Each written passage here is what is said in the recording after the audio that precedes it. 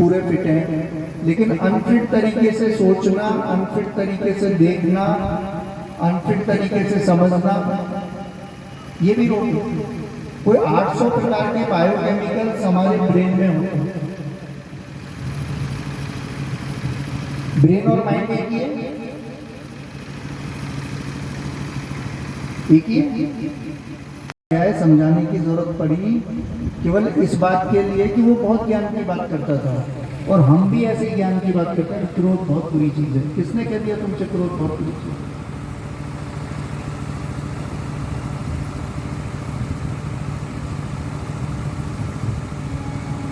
कैसे काम आपकी हो रही है?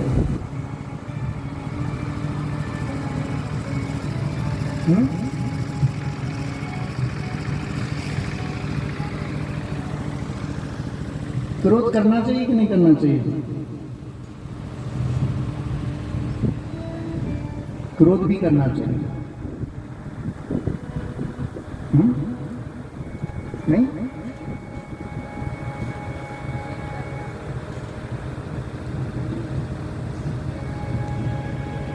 जितनी भी चीजें हैं तुम्हारे टूल बॉक्स में सारी सामान होने चाहिए, उनको खत्म नहीं करना। अगर तुम्हारे टूल बॉक्स से एक भी पाना प्लायर गायब हुआ तो गाड़ी जब भी खराब होगी ठीक नहीं कर पाओगे।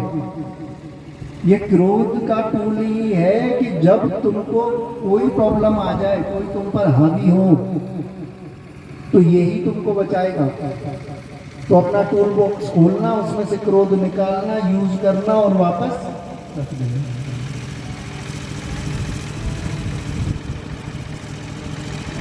मरे हुए आदमी को गुस्सा नहीं आता, जिंदे आदमी को गुस्सा आता है और आना भी चाहिए। ये बात बुरी है, दुनिया की सबसे बुरी बात है कि तुम्हारे अंदर गिल्ट आए किसी भी बात को लेकर। अब तुम जिस भी धर्म के टेंट में चले जाते हो, खेमे में चले जाते हो, सब तुमको इतना अपराधी बना देते हैं। अरे तुमको वहां से आने के बाद ऐसे लगने लगता है कि मुझसे ज्यादा पापी तो कोई इंसान है ही नहीं, बस गुरुजी बहुत महान है। समझ में आ रहा है? तो गुरुजी के पूरे प्रवचन सुनकर ऐसा लगता है कि बस गुरुजी महान है और हम बहुत पापी हैं। पाप धोने पड़ेंगे तो रसीदें कटवानी पड़ेंगी, अच्छी अच्छी 50-50 हजार 1-1 लाख की रसीदें बनेंगी तो तुम्हारे पाप धुलेंगे, तब तुम्हारे लिए पूजा की जाएगी, तब तुम्हारे लिए हवन होगा, यज्ञ होगा, तब तुम पवित्र हो पाओगे। बेटा बहुत पाप करके आए। अगर इनमें कुछ पाप है तो सीधी सी बात है, सबसे बड़ा पापी वो है जिसने हमको ये दिया।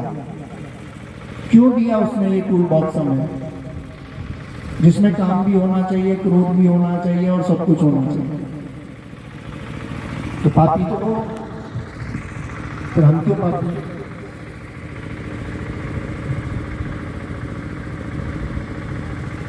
तो मेरा क्यों हो जाए परमात्मा? हम क्यों? हम थोड़ी लेके आए थे, हम हमारे साथ अपनी तरफ से थोड़ी लेके आए थे। तो उनमें क्या इतनी समझ नहीं है? जो पूरी दुनिया को चलाने वाली शक्ति है, उसमें इतनी भी समझ नहीं है कि इसको क्रोध नहीं देना चाहिए। उसने किसी मतलब से दिया होगा। लेकिन अब तुम घर में भी मोटरसाइकिल स्टार्ट करके बैठे रहो, समझ में आ रहा है? तो इसमें उसका दोष नहीं है। मोटरसाइकिल बनाई गई, बहुत अच्छी बात है कि जहां तुम्हें जाना हो वहां तुम बैठकर जाओ और लाकर रख दो। जहां तुम्हें क्रोध करना हो तुम उठाओ। जैसे अब तार को तुम्हें काटना है तो तुम प्लास को उठाओ और तार को काटो और वापस रख दो। प्लास तुम्हारे लिए सहयोगी हो गया, लेकिन तुम प्लास को कंधे में टांग के घूम रहे हो 24 घंटे। या प्लास जबरदस्ती आए तुम्हारे हाथ में आ जाए और तुम्हारे हाथ को खींच कर ले जाए, कोई भी तार कटवा दे। यही तो हो रहा है कि क्रोध आ रहा है अपने आप, तुमको पकड़ के ले जा रहा है, तुमसे काम करवा रहा है। ये स्थिति बुरी है कि क्रोध तुमको उठाकर ले जाए और तुमसे काम करवा ले। तुम क्रोध करो तो स्थिति बहुत अच्छी है। मेरी बात समझ में? अगर तुम क्रोध करो जानकर, तो तुम्हें ये पता होना चाहिए कि ठीक है उस बच्चे को जाकर मुझे डांटना है, या पत्नी को जाकर डांटना है, या किसी को जाकर डांटना है, तो बस यहाँ से तुम मस्ती में जाओगे, उसके पास जाते ही क्रोध उठाओगे, डांटोगे और वापस क्रोध को रख दो।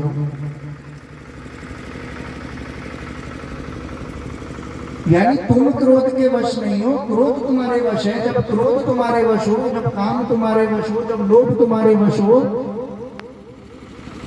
अगर हम लोभ ना करें तो हम कल का आटा भी पीपे में नहीं रखेंगे।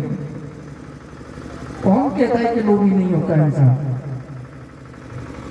और इस आसन पर बैठने वाला भी, क्योंकि वो भी कल का जुगाड़ करके बैठा है, तो लोभ से ही किया होगा उसने।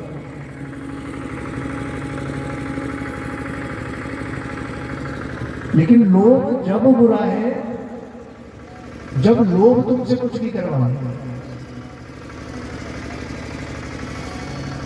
अभी मेरा लोभ ही तो था कि मैंने पेड़ लगाए कि मैं 5 साल बाद 10 साल बाद मेरी आजीविका के लिए, ये क्या है?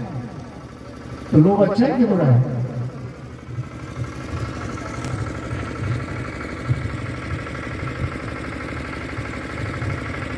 लेकिन तुमने लोभ को कितना गंदा बना रखा है। लोभ नाम बहुत लोभी आदमी होगी तैयार होगी पड़ी चल रही। तो ना लोभ बुरा है, ना काम बुरा है, ना क्रोध बुरा है। बुरा कब है? जब वो तुम पर हावी हो जाए। और अच्छा कब है? जब तुम उस पर हावी रहो, तुम उससे काम करवाते रहो बस।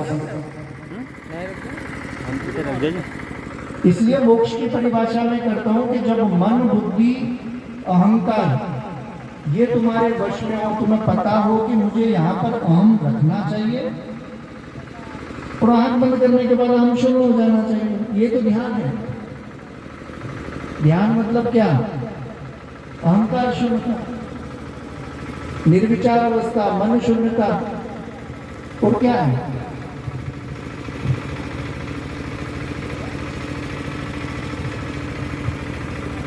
आया समझ में? तो हम बात कर रहे थे कि वहां से भटक आए थे यहाँ तक। तो ये चीजें ऐसे बुरी नहीं होती जैसे तुम लोगों ने बना रखी है, वो शब्द ही उनको परेशान कर देते हैं।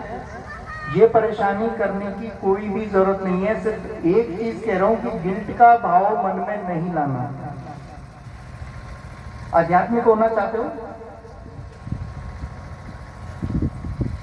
सूत्र बता रहा हूं आपको कि गिल्ट का भाव कभी नहीं लाना, अपराध भाव कभी जीवन में नहीं लाना। जो घट गया घट गया, जो हो गया उसको बदला नहीं जा सकता। अब दुनिया कितना भी बुरा करे, जितने लोग मर गए ना उनको कोई याद नहीं करता। अब तुम्हें पता है तुम्हारे तीसरी पीढ़ी के पहले जो बाबा थे उन्होंने क्या क्या किया? हम कहते हैं मेरे बाजार में किरकिरी हो जाएगी, समाज देंगे, और उस चक्कर में जी नहीं पाता आदमी। फायदा उठाने वाले लोग आ जाते हैं तुम्हारे चारों तरफ। मान के चलो मैं सन्यासी हूं और बहुत सरल चित्त स्वभाव से रहता था, तो कोई भी आएगा उसका फायदा उठाएगा क्योंकि तुम सरल हो। अब तुम कुछ बाहर बोल नहीं सकते, तुम उसकी तरह बेवकूफी कर नहीं सकते, सामने वाला उस चीज का फायदा उठाए। तो उस इमेज को फाड़ो और फेंक दो जो तुमने बनाई। जहां तुम्हें लोग ये दुहाई देना शुरू कर दे आकर, करे तुम इमेज एक जैसी मत रहने देना। अंदर से एक जैसे रहना, लेकिन बाहर से परिवर्तित होते रहना।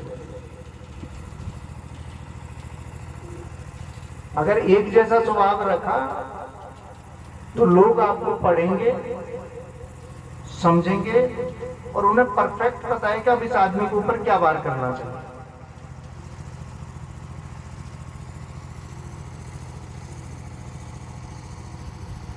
कोई मात्र तुम्हारे साथ 5 घंटे रह लेगा, 5 दिन रह लेगा, उसने समझ जाएगा कि बस ये है इसका स्ट्रक्चर। तुम्हारे किले को समझने के बाद फिर वो तुम्हारे ऊपर प्रहार करना शुरू करेगा। इसलिए सामने वाले को समझ में ही नहीं आना चाहिए। मेरे साथ जितने लोग रहते हैं ना, मेरे परिवार में भी अंदर पूछ लो, यहीं बैठे हैं, वो उनकी शिकायत यही रहती है हमेशा कि हम आज तक पहचाने ही नहीं आपको, समझ में ही नहीं आता। शिष्यों को पूछ लो, नेताजी बहुत।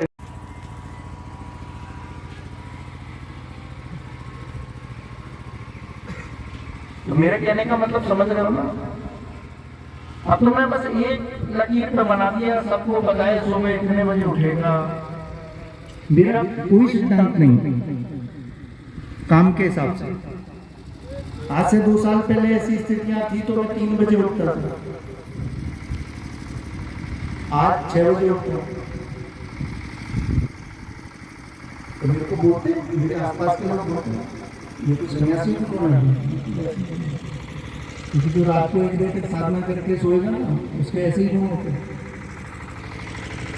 तो मैं तो ताकत रखता हूँ कि जो मेरे अंदर की बात है उनको स्टेज पर आकर बोलता हूँ, और मैं किसको पता कि आदमी ऐसे रहता है।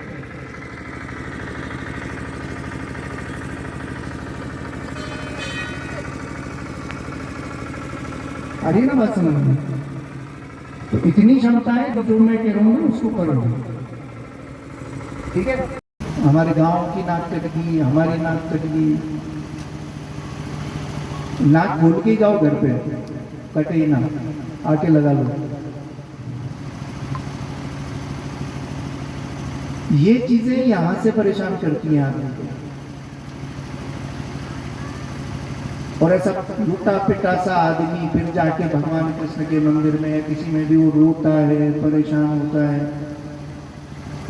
और वो भगवान कहता है कि बेटा मैं बचपन से ही परेशान था,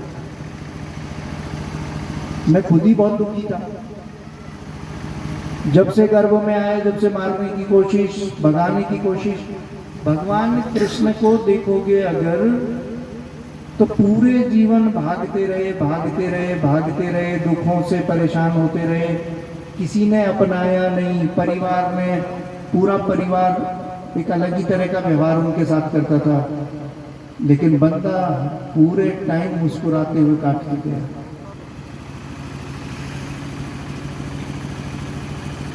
और ये उन्हीं से सीखा मैंने कि कोई इमेज नहीं बनाई उन्होंने। अभी कहता है कि हथियार नहीं उठाऊंगा, दूसरे पल कहते उठा लूंगा, कर लिया जो कर लिया।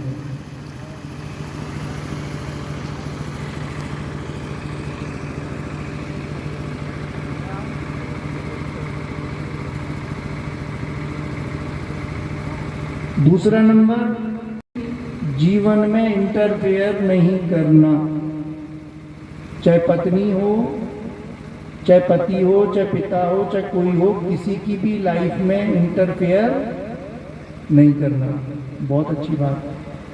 तीसरी बात, अपनी लाइफ में तो करने ही नहीं देना। तो अब देखो क्रोध की जरूरत पड़ेगी कि नहीं पड़ेगी? जब अपनी लाइफ में इंटरफेयर नहीं करने देना तो सामने वाला तो आकर करेगा। अब ये वाले कपड़े क्यों पहनने, अब वो फलाना काम ऐसे कर लो।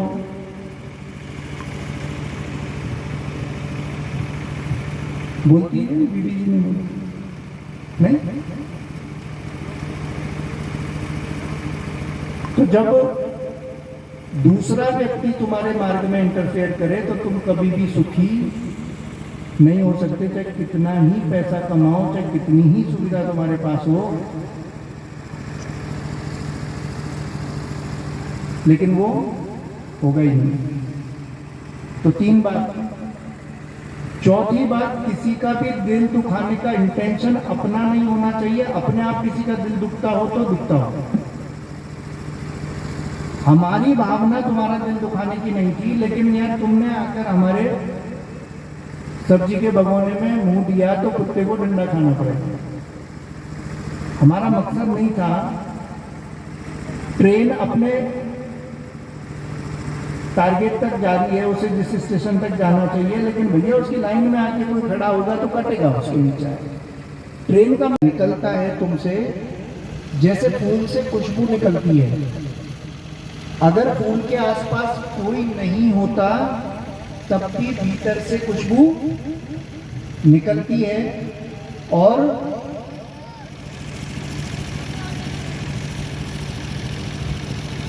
अगर कोई पास में आ जाए तो उतनी निकलती है कि ज्यादा निकलती है? उतनी खुशबू निकलती है। कोई होए तो भी, नहीं हो तब भी। ऐसा नहीं कि अपना आ गया ना तो मान के चलो, जैसे बच्चा है आपका, तो बच्चा आ गया तो मेरा बच्चा के गोद में ले लिया। और भिखारी का आ गया तो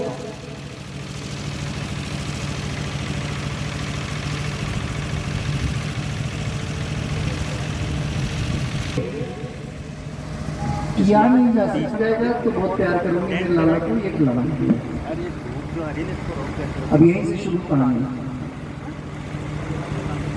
और प्रेम होता है अकारण, बिना मतलब। वो सिर्फ आपकी अवस्था है, उसका किसी दूसरे से कोई लेना देना नहीं। जब भी कोई ये कहता नजर आए कि मैं इसको प्रेम करता हूँ या इसको प्यार करता हूँ, ऐसा मान लेना कि वहां पर वो चीज होगी नहीं।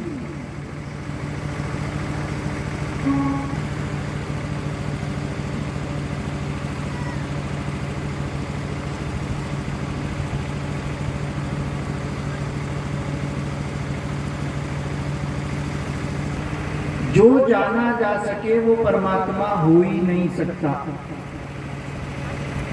जो जाना जा सके वो ईश्वर हो ही नहीं सकता। जो जान लिया गया वो परमात्मा हो ही नहीं सकता। इसलिए कहा गया है कि पूर्ण से अगर पूर्ण को निकाल लो तब भी पूर्ण शेष बचता है। ये उपनिषद का वचन है, मेरा वचन नहीं है, उपनिषद का वचन है कि पूर्ण से अगर पूर्ण को निकाल लो तब भी पूर्ण ही शेष बचता है। यानी आप जितना जान जाओगे, जितना ये पदार्थ जो है जानने योग्य जो ऑब्जेक्ट है, उसको जितना जान लिया जाएगा उतना हिस्सा परमात्मा नहीं रहा। जो नहीं जाना गया वो परमात्मा।